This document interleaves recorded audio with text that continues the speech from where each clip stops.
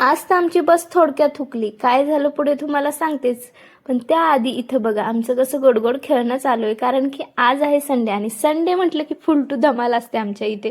दिवसभर खेळणं चालू असतं आणि दिवसभर असा काहीचा आमचा पसारा असतो घरामध्ये संडेच्या दिवशी.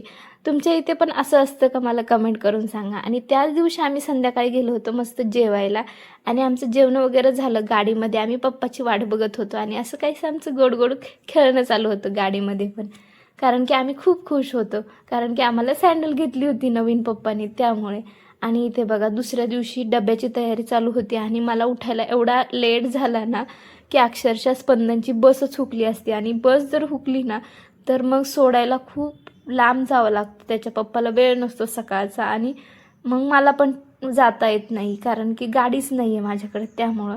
आणि मग पटापट आवरलं, मस्त मटकीची भाजी चपाती केली, ते स्पंदनचं आवरायला घेतलं आणि मस्त त्याला सोडून आले. आणि घरामध्ये असं काहीसा पसारा होता आणि सोडून आल्याच्या नंतर खूप थकले होते कारण की पटापट मी आवरलं होतं.